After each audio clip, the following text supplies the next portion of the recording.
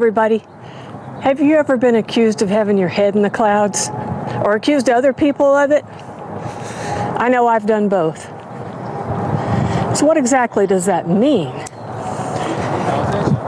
Excuse the hair, I'm on my morning walk. Well, I think it means, I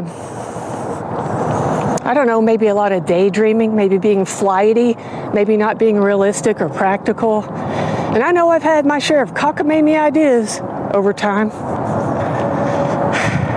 But is it really a bad thing? Today we're going to talk about 3 kind of points about having your heads in the clouds. Being flighty, scatterbrained, all that stuff.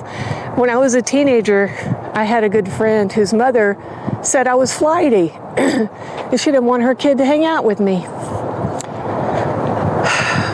Well, what does that mean?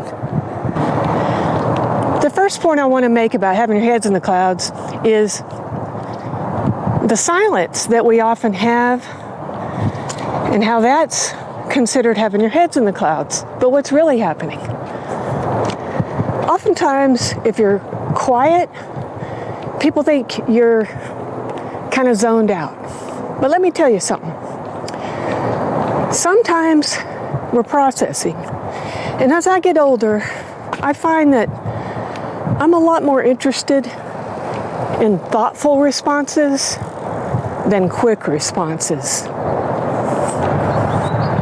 I've always been the slower one to respond in my group of friends, and sometimes that means you don't get to get a word in edgewise, because why? People are uncomfortable with silence. People feel like they need to jump in and rescue you. Fill up that silence. I figured this out when I made a friend about 10 years ago that was very slow to respond. And I found myself jumping in to help. Well, it wasn't helping at all.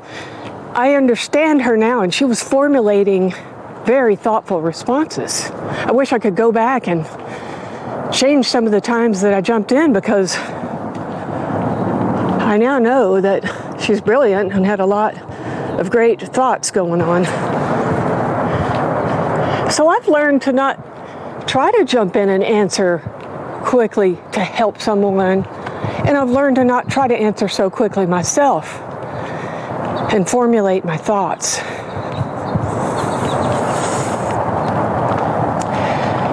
Another time we're silent is when we're daydreaming. You know, little Johnny Daydreamer used to get in trouble in school for daydreaming. But now we know a lot more. We know a lot more about the different kinds of brains and the different kinds of learning that people need. Take J.K. Rowling, for example, the author of the Harry Potter books. That woman was known as a chronic and compulsive daydreamer by her own admission. She's done quite well.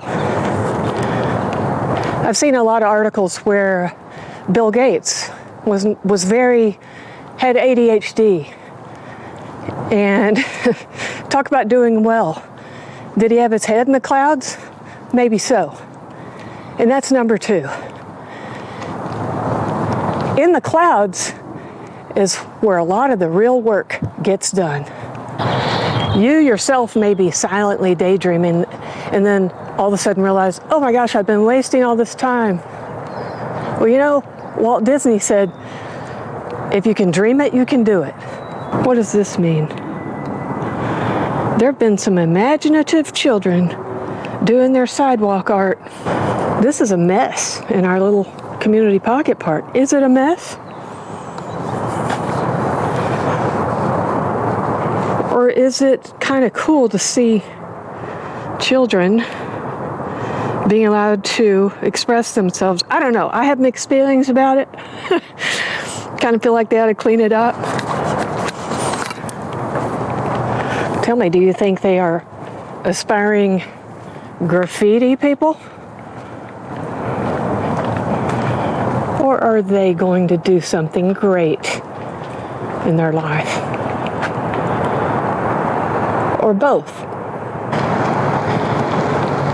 Thank goodness a lot of these great minds let their heads go into the clouds,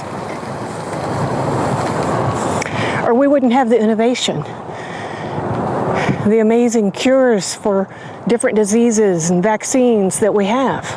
Because a lot of those people were major daydreamers as kids, full of thought and imagination. Don't worry, letting your head go up in the clouds sometimes, it's not going to pull you away. The ground will be right here for your feet when you return. Well, hello, Moki. How's that old man? I know, you're a good boy. The third point I wanted to make is about balance. When things are great, we want them to stay that way. But life is about balance. And the good thing is, when things are bad, they won't stay that way either. So, there's an old saying, keep your head in the clouds and your feet on the ground. And I think that really applies here. Allow yourself that daydreaming time.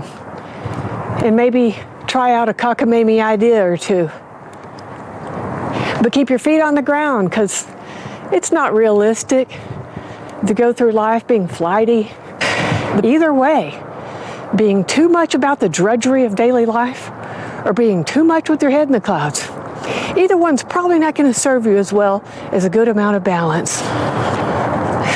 Maybe this whole video was a cockamamie idea. Who makes a video about having your head in the clouds? I don't know. I just did. I can take your comments, good and bad. I might delete them if they're mean. But I'd love to hear from you either way. Where are you on the spectrum?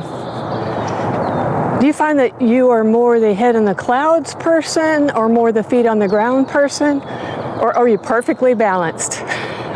That would be rare. Let me know in the comments. There's real work going on up there in the clouds. We'll see you in the next video.